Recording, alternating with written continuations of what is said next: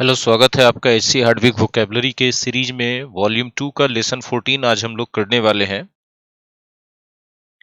और lesson start करने से पहले बता दी, ये सारे कोर्सेज अवेलेबल हैं, इन क्लास भी हैं और ऑनलाइन भी है।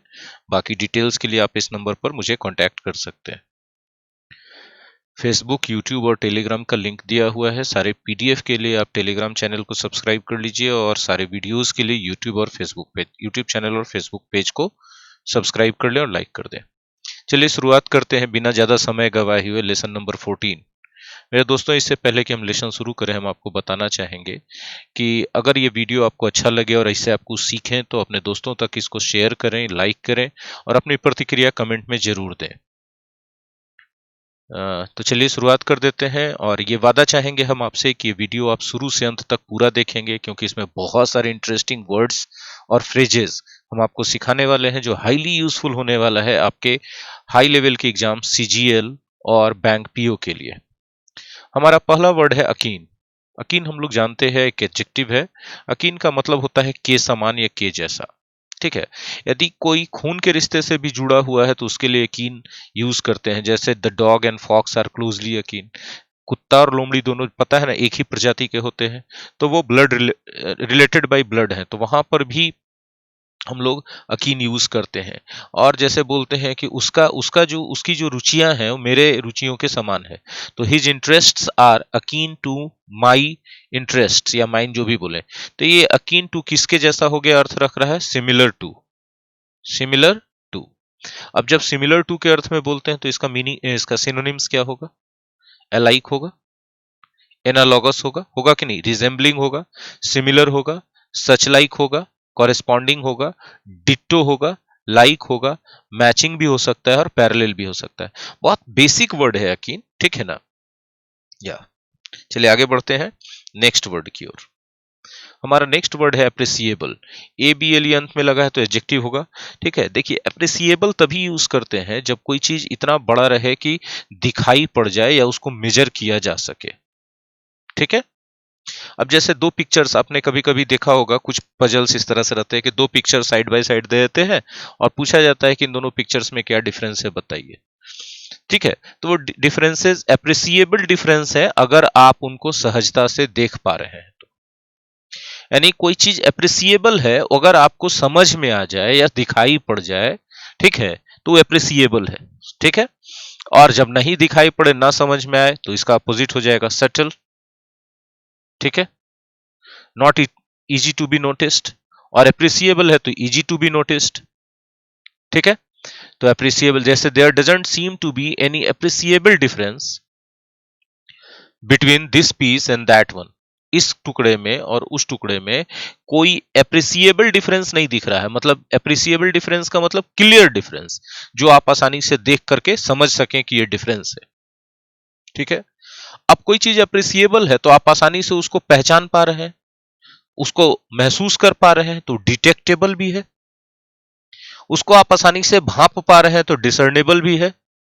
फर्क पता चल रहा है तो डिस्टिंग्विशेबल भी है। और वो आप अपने उसको ज्ञानेंद्रियों से सेंस कर पा रहे हैं तो पाल्पेबल या परसेप्टिबल भी है और सेंसिबल भी है। आप उसको समझ पा रहे हैं तो अप्रीहेंसिबल भी है। मतलब देखिए कि अगर आप अप्रिसिएबल को अच्छे से समझ गए, अप्रिसिएबल मतलब जिसको आप नोटिस कर सकते हो, जिसको आप सेंस कर सकते हो, जिसको आप मेजर कर सकते हो, तो छोटा तो नहीं होगा, वो बहुत सूक्ष्म तो नहीं होगा। ठीक है, तो वो एप्रिसिएबल कहलाता है। चलिए आगे बढ़ते हैं। नेक्स्ट वर्ड है हमारा इसी से एप्रिसिएबल जैसा ही दिखने वाला एक वर्ड, एप्रिशिएटिव। ठीक है। एप्रिसिएटिव भी एडजेक्टिव है। एप्रिसिएबल और एप्रिसिएटिव ओरिजिन में लगता है एक जैसा, एप्रिसिएट से बना है, लेकिन एप्रिसिएटिव का मतलब होता है प्रशंसा से भरा हुआ। ठीक है। अब प्रशंसा से भरा हुआ का मतलब क्या हुआ? ठीक है, जैसे कोई कोई क्लास ऐसा होता है जहां हम पढ़ाते हैं तो बच्चे काफी अप्रिसिएट करते हैं मेरी पढ़ाई को, कि सर आपका पढ़ाने का तरीका बहुत अलग है, डिफरेंट है और बहुत आसानी से समझ में आने वाला है। तो वो क्लास कैसा क्लास है? मेरे लिए प्रशंसा से भरा हुआ है, तो that is an appreciative class. Clear है? उसी तरह से एप्रिसिएटिव ऑडियंस होती है। तो एप्रिसिएटिव ऑडियंस कैसी होगी?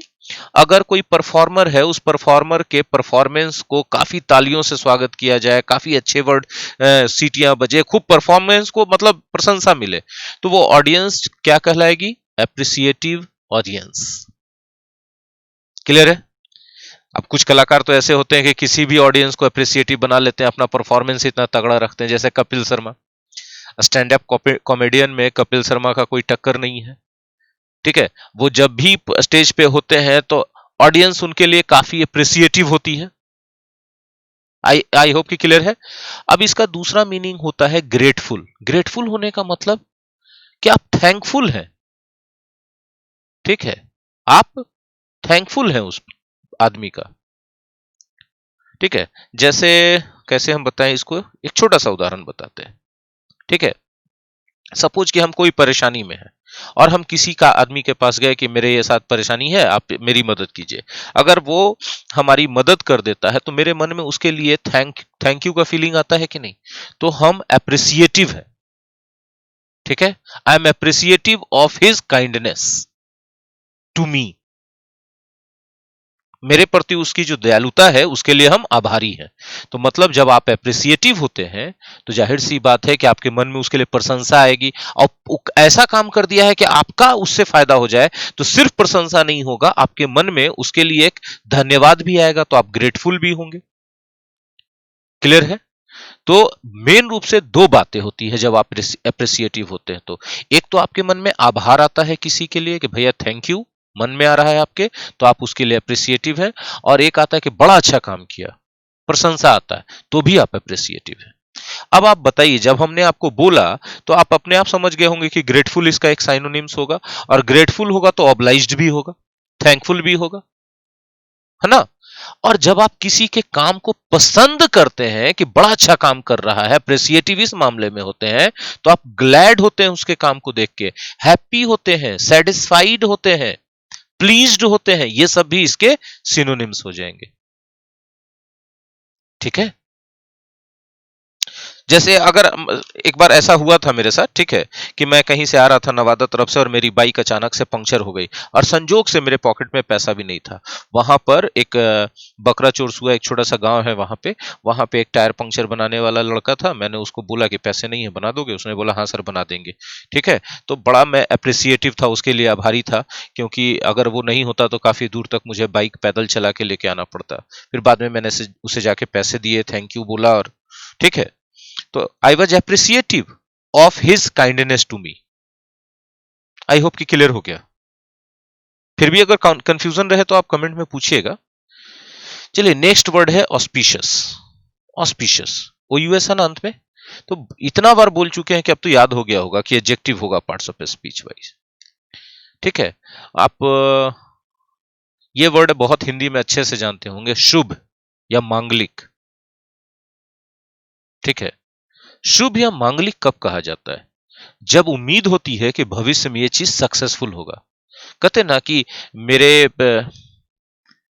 बेटे के या बेटी के विवाह के शुभ मुहूर्त पर आप जरूर आए।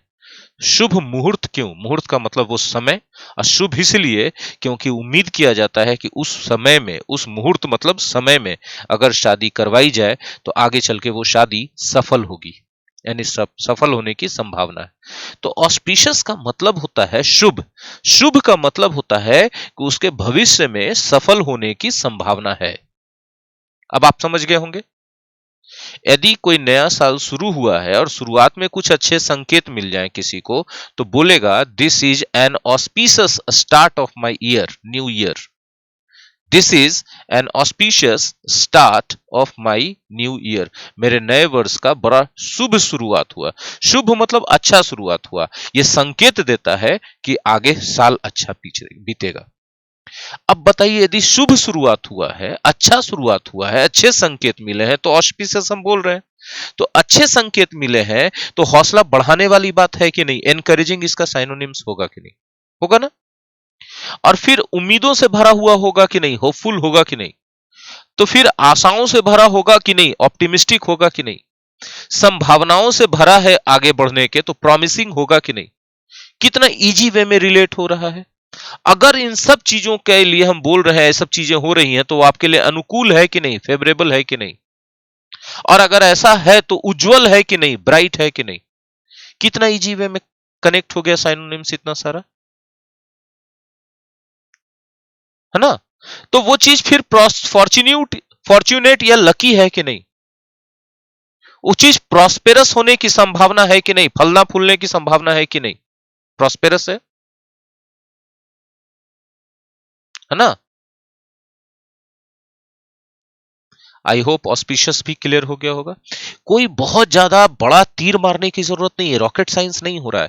एक वर्ड के पार्ट्स ऑफ स्पीच को आप समझ लें, उसके पैटर्न को समझ लें कि सेंटेंस में कैसे यूज होता है, और उसके कॉन्टेक्स्ट को समझ लें कि किस सिचुएशन में, किस जगह पर उसका उपयोग किया जाना है, कौन सा लाइफ का सिचुएशन रहेगा जहां उसका उपयोग किया जाना है। तो यकीन मानिए कि आप उस वर्ड को सही सही यूज भी कर पाएंगे, और अगर कहीं गलत यूज किया गया है तो उस एरर को आप आसानी से फाइंड आउट भी कर पाएंगे। ठीक है, चले नेक्स्ट वर्ड की ओर। नेक्स्ट वर्ड है ब्रॉच। ब्रॉच एक वर्ब है। ब्रॉच का मतलब होता है कोई चीज का जिक्र कर देना, कोई चीज का चर्चा शुरू कर देना, उसके बारे में बात शुरू करना।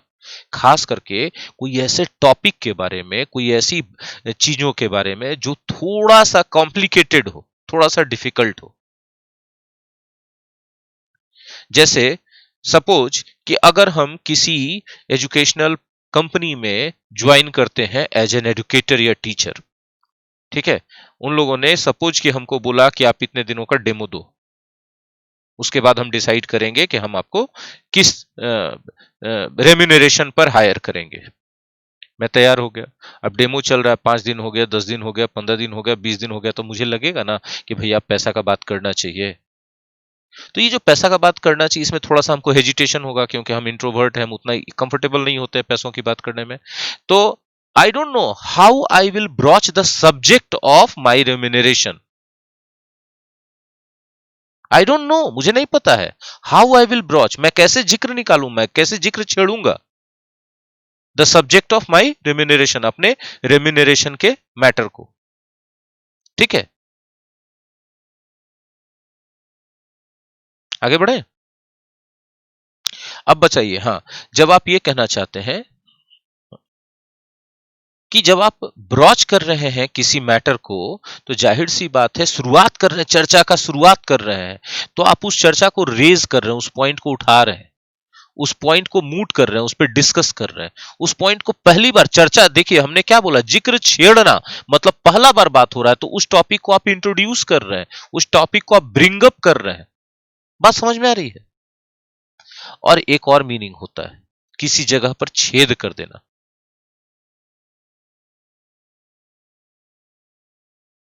ठीक है, खास करके नीचे से छेद करना।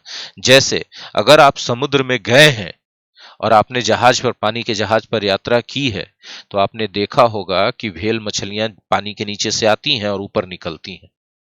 ठीक है, या फिर आप किसी ऐसे शो में गए हैं जहां डॉल्फिन्स का शो होता है, तो डॉल्फिन्स तैरते तैरते पानी के नीचे से ऊपर उछलती हैं, तो पानी के वो जो सरफेस है उसमें पेनिट्रेट करती हूं, नीचे से अंदर की ओर से छेद करती हैं।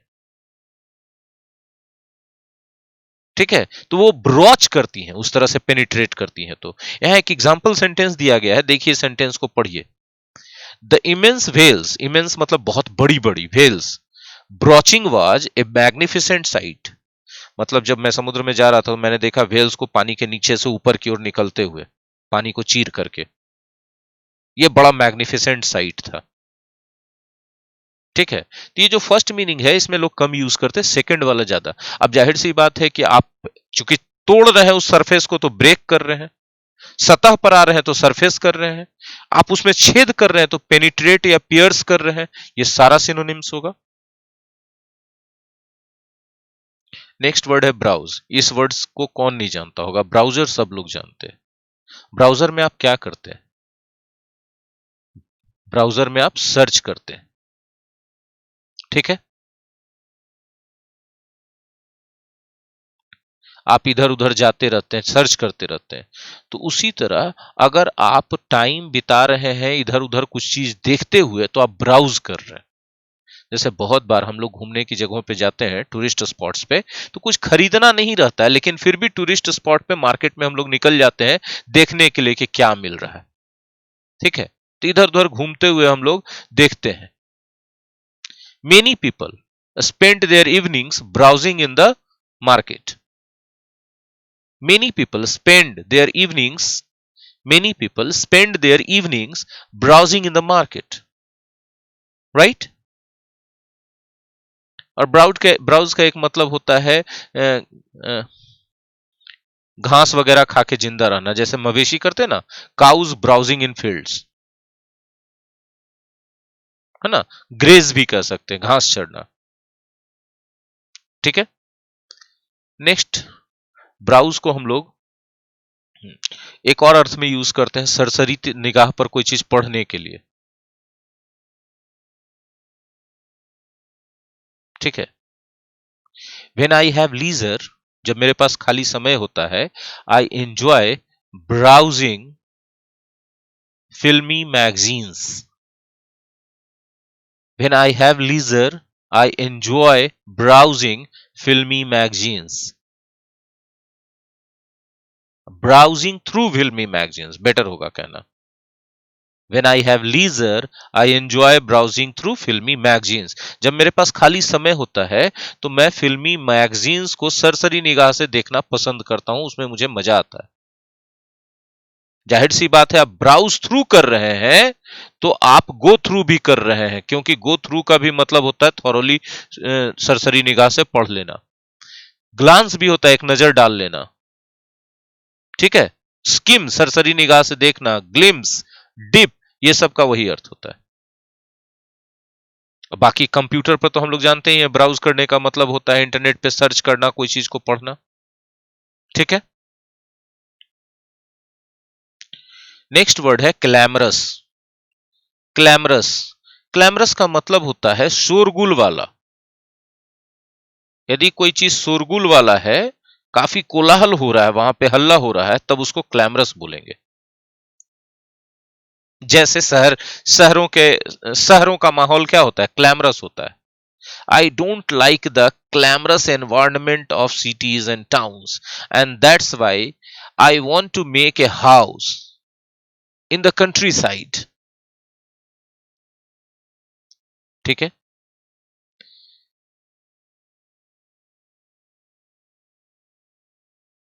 I don't know how DJ जानते हैं ना, डिस्क जॉकी, जो क्लब में म्यूजिक मिक्स सॉन्ग्स वगैरह मिक्स करते हैं। अब तो डीजे बहुत अच्छा प्रोफेशन हो चुका है ना एकदम। हाँ, I don't know how डीजेज manage the clamorous demands of the club members और गेस्ट्स। आई डोंट नो, गौर से समझना, I don't know how डीजेज manage the clamorous demands of the guests.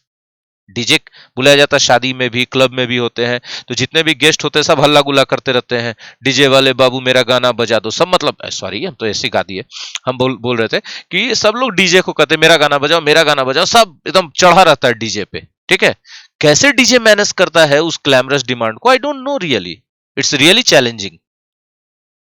ठीक है, तो अभी हमने क्या कहा कि जो चीज ग्लैमरस है वो ट्यूमुल्टस भी होगा, क्योंकि ट्यूमुल्ट का भी मतलब होता है नॉइज, वो नॉइजी होगा, क्लैटरी होगा, क्लैटरिंग होगा, क्लैंगरस होगा, ये सारे सारे के सारे अप्रोरियस होगा, अप्रोर मतलब नॉइज होता है, वो ब्लैटेंट होगा, वोसिफेरेटिंग होगा, वोसिफेरस होगा, यॉलिंग होगा, ये सब का मतलब होता है नॉइजी। ठीक है, glamorous environment of the towns, glamorous city streets, glamorous demands, okay, glamorous class. Sometimes some classes are very glamorous. I really have to scold the students to be so quiet and calm. कभी कभी कोई class होता है ना काफी हल्ला गुल्ला करने वाला, ग्लैमरस क्लास। नेक्स्ट, कॉम्पैक्ट,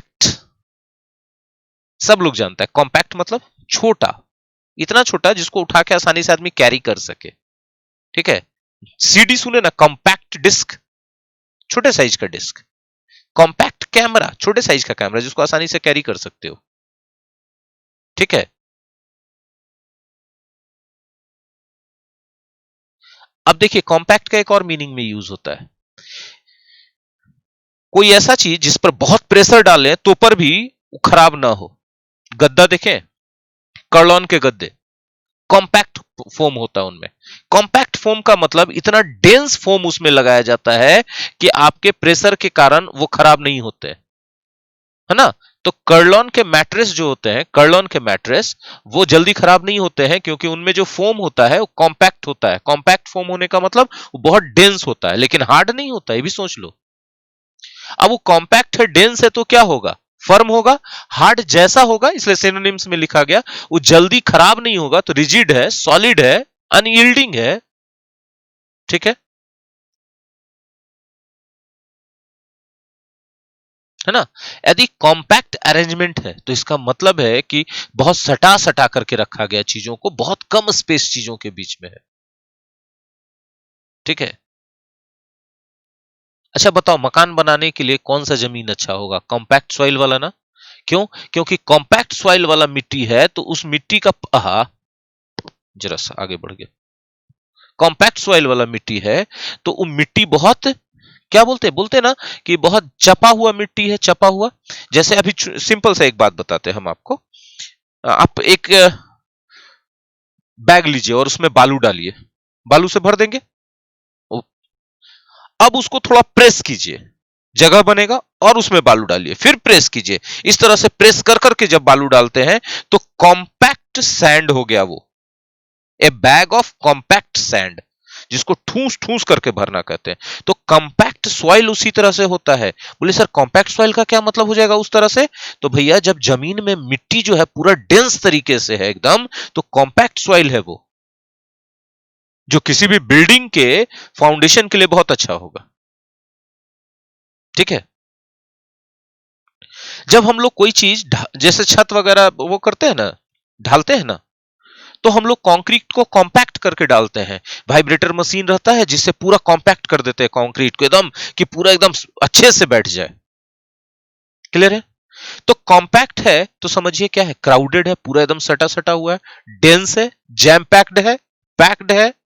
ठीक है, घने तरीके से है, टाइट है एकदम पूरा, है ना।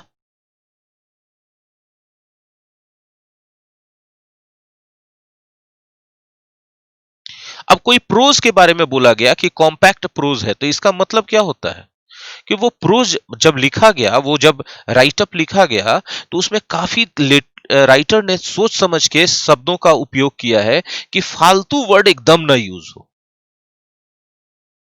और हर एक वर्ड जो यूज किया जा रहा है वो बहुत सारा इंफॉर्मेशन और बहुत सारा अर्थ कन्वे कर रहा है। तब उस प्रोज को कॉम्पैक्ट प्रोज कहा जाता है। देख लीजिए कितने सिचुएशन में हमने आपको बताया कॉम्पैक्ट एक एडजेक्टिव है, तो जाहिर सी बात है इसके बाद नाउन आएगा। तो कोई चीज को कॉम्पैक्ट बता रहे हैं, कॉम्पैक्ट डिश है, कॉम्पैक्ट, फिर से रिवीजन दे रहे हैं हम आपको। कॉम्पैक्ट कैमरा है तो उसको उठा के आसानी से आप ले जा रहे हैं, पोर्टेबल भी बोल सकते हैं उसको कॉम्पैक्ट का सिनोनिम्स के रूप में। ठीक है। और काफी डेंस तरीके से उसको कंसिस्टेंसी है किसी चीज का, डेंस कंसिस्टेंसी है, तो वो भी कॉम्पैक्ट है। जैसे कोई कर्लॉन का मैट्रेस हमने उदाहरण दिया आपको समझाने के लिए, कॉम्पैक्ट फोम वाला। इसी को समझाने के लिए हम बोला compact soil, this piece of land has compact soil, मतलब मिट्टी का डेंसिटी वहां पर बहुत ज्यादा है, कंसिस्टेंट है एकदम। ठीक है। कॉम्पैक्ट प्रोज हमने बोला, एक भी फालतू शब्द नहीं है, जितने भी शब्द लिखे गए उस प्रोज में, उस राइटअप में, वो कुछ मीनिंग और कुछ मैसेज और कुछ इंफॉर्मेशन कन्वे कर रहे हैं। क्लियर है। जैसे प्रेसी राइटिंग करते हैं, तो प्रेसी राइटिंग में क्या होता है, हम लोग कॉम्पैक्ट राइटिंग करते हैं। क्यों? ताकि उसमें से जितने भी फालतू चीजें हटा करके सिर्फ और सिर्फ मैसेज मैसेज कन्वेइंग वर्ड्स को ही इस तरह से अरेंज करें कि कम से कम वर्ड्स में ज्यादा से ज्यादा पूरा इंफॉर्मेशन दे दिया जाए। तो प्रेसी राइटिंग क्या है, कॉम्पैक्ट राइटिंग है एक। चलिए आगे बढ़ते हैं। डिपोर्टमेंट, MENT, मतलब नाउन है। ठीक है। डिपोर्टमेंट का मतलब होता है व्यवहार, तरीका, व्यवहार कुशलता, एक तरीका आपका व्यवहार करने का, कि आप कैसे अपने आप को लोगों के सामने प्रस्तुत करते हैं। मैनर्स कर सकते हैं, बिहेवियर इसको कर सकते हैं, आपका कंडक्ट भी वही हुआ, आपका डिमीनर भी वही हुआ।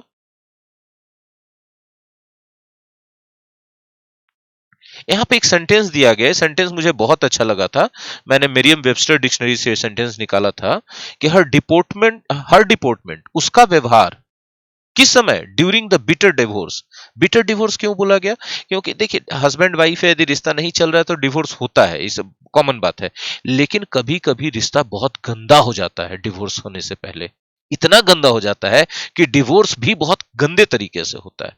पैसों के लिए लड़ाई हो जाता है कि भाई हम इतना एलिमनी लेंगे, हस्बैंड बोलता है हम नहीं देंगे किसी कीमत पर, बच्चों के लिए, बच्चों के पोजीशन के लिए लड़ाई हो जाता है, तो बिटर डिवोर्स है। तो यहां गौर कीजिएगा, हर deportment during the bitter divorce was a model of self restraint and class. मतलब इतना बिटर डिवोर्स हो रहा था, लेकिन जो उसका डिपोर्टमेंट था उसके दौरान, अब जाहिर सी बात है, बिटर डिवोर्स है तो लड़की जो है, महिला, कुछ इल्जाम भी लगा सकती है या कुछ अनाप शनाप भी बोल सकती है अपने हस्बैंड को, लेकिन वो अपने व्यवहार को कितना शालीन रखी कि एक एक मॉडल बन गया सेल्फ रिस्ट्रेंट का, आत्मनियंत्रण का और क्लास का, कैटेगरी का, कि बहुत अच्छे क्लास की महिला है वो, अपना संस्कार नहीं छोड़ी, है ना। तो उसका व्यवहार कुशलता, या व्यवहार बोल सकते हैं, डिमीनर बोल सकते हैं, कंडक्ट बोल सकते हैं, बिहेवियर बोल सकते हैं, एक्शन बोल सकते हैं। चलिए, इथेरियल, इथेरियल एडजेक्टिव है, ठीक है। कोई चीज इथेरियल है तो लगता है कि जैसे इस दुनिया का है ही नहीं, दूसरे लोक से आया, ठीक है। बहुत सारा गाना ऐसा बना हुआ है, खास करके हम गाना का बात इसलिए कर रहे हैं क्योंकि I am a music lover, ठीक है। तो बहुत सारे कंपोजर्स ऐसे हुए हैं इंडिया में। हम नहीं बोल रहे हैं कि वेस्टर्न कंट्रीज में नहीं हुए हैं। I love Indian music from the core of my heart. बहुत सारे ऐसे म्यूजिक पीस बने हैं, खास करके बॉलीवुड में भी, जो मेरे लिए इथेरियल म्यूजिक है। हमको लगता है कि दूसरी दुनिया जैसा है, ठीक है। जैसे एक गाना है किशोर कुमार का,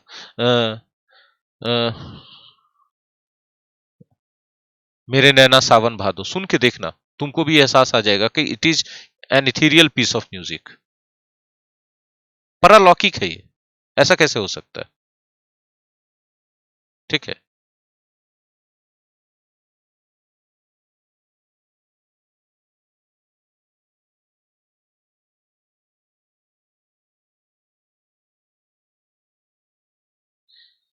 हाँ, अब देखिए, जैसे यहाँ पे कोई चीज इतना हल्का हो, इतना हल्का हो कि एकदम हवा जैसा हो, एकदम सिंपल सा बात बता रहे हैं। जैसे आपने केक खाया है ना, केक खाया है कि नहीं? केक में कौन सा केक या पेस्ट्री आपको अच्छा लगता है जो मुंह में रखते के साथ घुल जाए एकदम? तो कैसे घुल जाएगा? उसमें बहुत अच्छा उसका वो हल्कापन रहेगा तभी ना। तो इथीरियल कंसिस्टेंसी वाला पेस्ट्री या केक अच्छा होता है। अब हम बोल रहे हैं कि हल्का, एकदम हल्का, इथीरियल कंसिस्टेंसी, मतलब एकदम हवा जैसा, तो एरी बोल सकते हैं, फ्लफी बोल सकते हैं, लाइट बोल सकते हैं कि नहीं? अब जैसे हम सुनने शुरू में बताया था, इथीरियल पीस ऑफ म्यूजिक, तो परालौकिक है। परालौकिक है तो क्या है? हेवनली है ना। सुपरनल है, सुपरनैचुरल है, सेलेस्टियल है। ये सब इसका साइनोनिम्स होगा। नेक्स्ट है एविंस। एविंस का मतलब क्या होता है? एविंस का मतलब क्या होता है? शो, प्रदर्शित करना। एविंस का मतलब प्रदर्शित करना, दिखाना, ठीक है। आपने सुना इंदिरा गांधी के बारे में? उन्होंने 13 साल की उम्र में बानर सेना बनाया था, और शायद वो क्या बोल रहे हैं कि लोगों को जागरूक करती थी आजादी के लिए, ऐसा हमने पढ़ा था कहीं पे, ठीक है। Indira Gandhi evinced her leadership qualities at a very early age. Indira Gandhi evinced her leadership qualities at a very early age. Sachin Tendulkar evinced his talent at a very young age। बात समझ में आया? अब जब आप शो करते हो तो दुनिया को बताते हो तो मतलब एक तरह से कम्युनिकेट करते हो, डिमोन्स्ट्रेट करते हो, डिस्प्ले करते हो, एक्सपोज करते हो, शो कर देते हो, आप अपने टैलेंट को रिवील कर देते हो कोई चीज को। ठीक है, कैसे सिनोनिम्स आ गया? इम्पैक्ट, भाई साहब इम्पैक्ट नाउन भी है और इम्पैक्ट वर्ब भी है, पहले नाउन के रूप में। इम्पैक्ट का एक कॉमन सा मीनिंग होता है परिणाम या प्रभाव। ठीक है, परिणाम या प्रभाव कौन नहीं जानता है? ठीक है, impact of films on young minds, impact of films on young minds मतलब कम उम्र के लोगों के दिमाग पर फिल्मों का प्रभाव। ठीक है, impact of advertisements on the minds of the people, लोगों के दिमाग पर एडवर्टीजमेंट का प्रभाव, impact of advertisements. Impact of social media on our lives, हमारे जीवन पर सोशल मीडिया का प्रभाव। Impact of mobile on our relationship, हमारे रिश्तों पर मोबाइल का असर बहुत हो चुका है भाई, संभालो। और इंपैक्ट नाउन के रूप में एक और मीनिंग होता है, जब दो चीजें टकराती है ना, तो वो भी इंपैक्ट होता है। टक्कर जिसको आप कर सकते हैं। Some hand grenades explode on impact, सब hand grenades explode on impact मतलब जब तक उन पर टक्कर नहीं लगेगा वो हैंड ग्रेनेड्स फूटेंगे नहीं, विस्फोट नहीं करेंगे।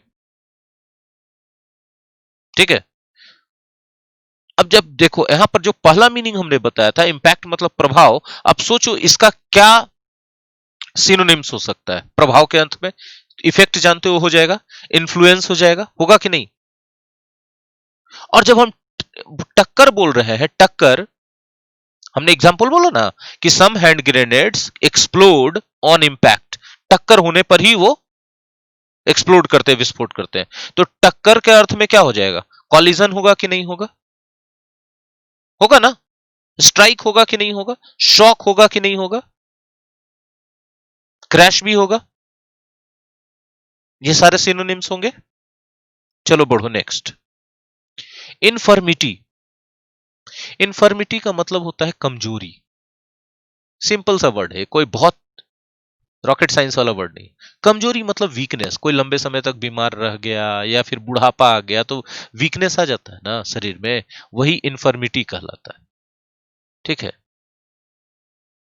तो वीकनेस कह सकते हो, एनफीबलमेंट कह सकते हो, फीबलनेस कह सकते हो, फ्रेजिलिटी कह सकते हो, फ्रेलनेस कह सकते हो, फ्रेल्टी कह सकते हो, डेबिलिटी कह सकते हो।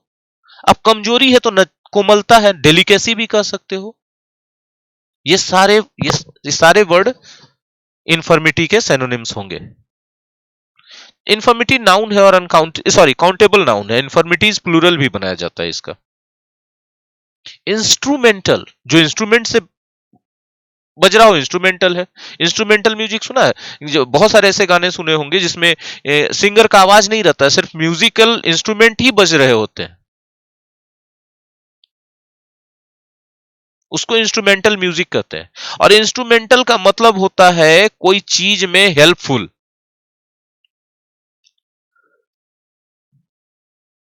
अभी पता है ठंड है बहुत ज्यादा, इतनी ज्यादा, और मेरा क्लास तो थोड़ा मतलब समझो कि एक तरह से ओपन ही है मेरा क्लासरूम। ठीक है, तो अर्ली मॉर्निंग वाले बैचेस सब पॉसिबल नहीं है कंडक्ट कर पाने, क्योंकि क्लास में भी कुहासा भरा रहता है, मेरा पूरा फॉग रहता है। बच्चे बैठेंगे कैसे, कैसे पढ़ाई होगी, सबको ठंड लगेगा। तो हम जो है अभी क्लास चला रहे हैं सुबह बैच वाला सारा ऑनलाइन। तो हम कह सकते हैं internet is instrumental in running my classes online. My laptop is instrumental in running my classes online. मतलब क्यों जरूरी है, उससे उसी से हो रहा है, इसेंशियल है। नेसेसरी है, इंडिस्पेंसिबल है, इंपॉर्टेंट है, फंडामेंटल है, अर्जेंट है, क्रूशल है, की है, पाइवोटल है, वाइटल है, कितना बोले। पैट्रनाइजिंग, पैट्रनाइजिंग, देखो भाई, पैटर्न से बना ही तो सबको पता है, पैटर्न का मतलब होता है बाप जैसा, ठीक है। यदि कोई पैट्रनाइजिंग एटीट्यूड रख रहा है तो तुम्हारा पप्पा बनने का कोशिश कर रहा है, मतलब दिखा रहा है कि भैया हम ये, भाई तुम मत डरो, हम है ना तुम्हारे साथ, तुमको संरक्षण दे रहा है। तो पैट्रनाइजिंग यदि है किसी का एटीट्यूड, तो संरक्षण देने वाला एटीट्यूड है। कोई पैट्रनाइजिंग स्माइल दे रहा है तो दिखा रहा है कि भाई हम तुम्हारे ऊपर है, घबराओ मत। तो क्या कर रहा है, तुमको सपोर्ट कर रहा है, तो सपोर्टिंग है, बैकिंग है, एडवोकेटिंग है, एंडोर्स कर रहा है तुमको, एंडोर्सिंग है ना। पैट्रनाइज वर्ब से बना है, पैट्रनाइज वर्ब को भी हमने बता दिया, पैटर्न नाउन है और पैट्रनाइज वर्ब है, ठीक है। पैट्रनाइज मतलब सपोर्ट देना, किसी को सुरक्षा देना। प्रोलिफिक, प्रोलिफिक का मतलब क्या होता है, प्रोडक्टिव, ठीक है। खास करके लेखक, कलाकार इस सब के लिए यूज करते हैं। कोई लेखक ऐसा है जो बहुत सारी किताबें लिख रहा है, जैसे हम नाम लेते हैं कुमार विश्वास का। कुमार विश्वास एक प्रोलिफिक पोएट है, मतलब कविताएं आती ही रहती, उनकी कविताएं खत्म नहीं होती, ठीक है। तो जाहिर सी बात है कि वो फर्टाइल है, प्रोडक्टिव है, फ्रूटफुल है, रिच है ना। स्टिंट, स्टिंट नाउन है। स्टिंट का मतलब होता है पीरियड, कोई काम में आप कितना टाइम लगा रहे हैं, ठीक है, वो पीरियड को स्टिंट कहते हैं। पीरियड ही सीधा समझिए ना, ठीक है। एक सेंटेंस लिखा है, he did a brief stint in the army after leaving school. School छोड़ने के बाद कुछ समय उसने आर्मी में बिताया, मतलब आर्मी ज्वाइन किया कुछ समय के लिए, ठीक है।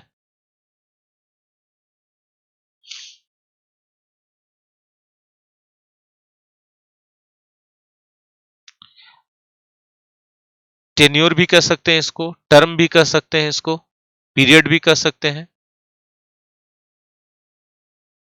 I spent 2 year stint in teaching in others institutes and schools in the very beginning of my career, ठीक है। चलिए, हाँ, एक मीनिंग और होता है, किसी भी एक्ट को या किसी भी काम को किसी निश्चित सीमा में आप बांध के रखते हैं तो भी स्टिंट कहलाता है, ठीक है। जैसे some parents always support their children without stint, बिना कोई लिमिटेशन, स्टिंट मतलब लिमिटेशन, बाउंड्री, ठीक है, बिना कोई सीमा के सपोर्ट करते हैं। जैसे बहुत सारे पेरेंट्स कहते हैं ना कि ठीक है तुमको रोडीज बनना है तो जाओ अपना मन का करो, हम तुमको कोई सपोर्ट नहीं करेंगे। बट कुछ पेरेंट्स तो ऐसे भी होते हैं, अच्छा बेटा तुम रोडीज बनना चाहते हो, चलो चलो लो हम बाइक लेके तुमको दे देते हैं और जिम वगैरह ज्वाइन कर लो, देखो तुम करके। तो they are supporting their children without stint, ठीक है। कोई लिमिटेशन नहीं है, कोई कंफाइनमेंट नहीं है, कोई रेस्ट्रिक्शन नहीं है। हम बात बात में साइनोनिम्स बोल दिया ना, रेस्ट्रिक्शन, लिमिटेशन, कंफाइनमेंट। चलिए आगे बढ़े। नेक्स्ट वर्ड है सकम्ब। अगर आप सकम्ब करते हैं तो आप घुटने टेक देते हैं, सरेंडर कर देते हैं, आप ईल्ड कर देते हैं, आप कंसीड कर लेते हैं, आप गिव इन कर देते हैं, आप क्विट कर देते हैं। इतना सारा साइनोनिम्स बोल दिए। आप विरोध करना छोड़ देते हैं, कहते हैं चलिए हो गया, अब हम हार मान लिए। सकम्ब टू समथिंग, कोई चीज के सामने घुटने टेक देना।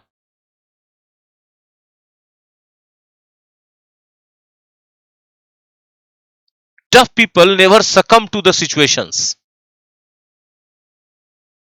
मजबूत लोग कभी भी परिस्थितियों के आगे हार नहीं मानते। सकम्ब टू, प्रीपोजिशन याद रखना।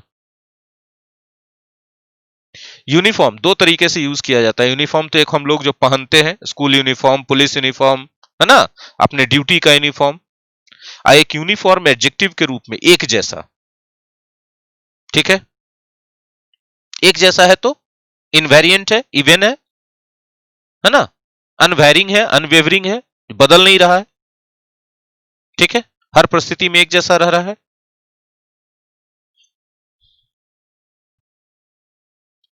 विसिसिट्यूड लास्ट वर्ड है, जीवन का उतार चढ़ाव, सुख दुख।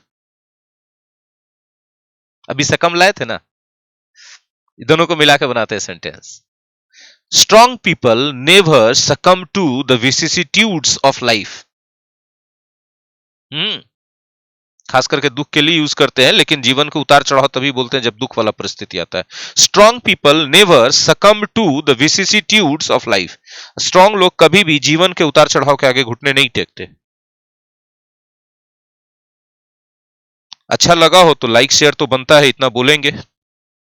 और सीधा टॉपिक का बात करते हैं हम वीडियो में, एक भी बकवास होता नहीं है। तो आपको चाहिए कि आप शेयर कर दीजिए और लाइक भी कर दीजिए और कमेंट में अपनी ओपिनियन दीजिए। और जहां कुछ भी कोई दिक्कत हो रहा हो तो कमेंट में पूछिए और कमेंट में अपनी ओपिनियन भी दीजिए। और इस नंबर पर भी आप हमें कांटेक्ट कर सकते हैं अपने कोई भी कंफ्यूजन के लिए। Thank you very much.